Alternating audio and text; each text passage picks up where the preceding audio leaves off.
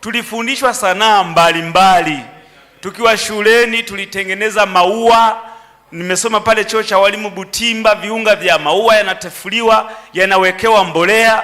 Tulifundishwa kupanga matofali kwa rula, yananyoka, yanamwagiwa chokaa au majivu. Shuleni panakuwa ni mahala pazuri. Tulijifunza sanaa na matawi yake. Kuna fasihi, kuna uchoraji, kuna ufinyanzi, kuna nini. Hayo yote ni matawi ya sanaa ambayo unaweza kaishi.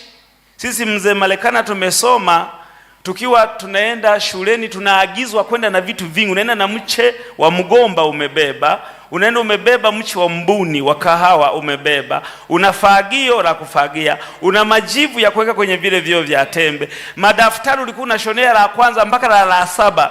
Daftari moja tu ni kama encyclopedia. Kwa ukienda shuleni, yaani unatokea parade huko mkakamavu kama komando kapensi hivi.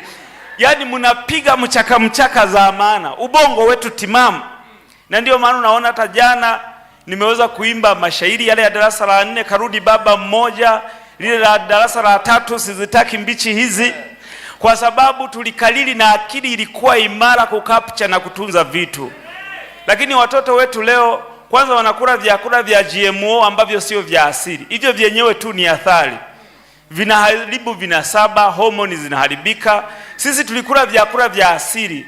Ndio maana mimi kuna ugonjwa unaweza kaja hapa nisiugue, kwa sababu zile nutrients ambazo nimeabsorb niko mdogo bado zinanipa kinga imara. Hebu imagine mama yangu amekufa ni mdogo, sikunyonya, na walau hata nina ubongo kiasi cha kupata rehema ya kuteuliwa na mzee nikae hapa mbele.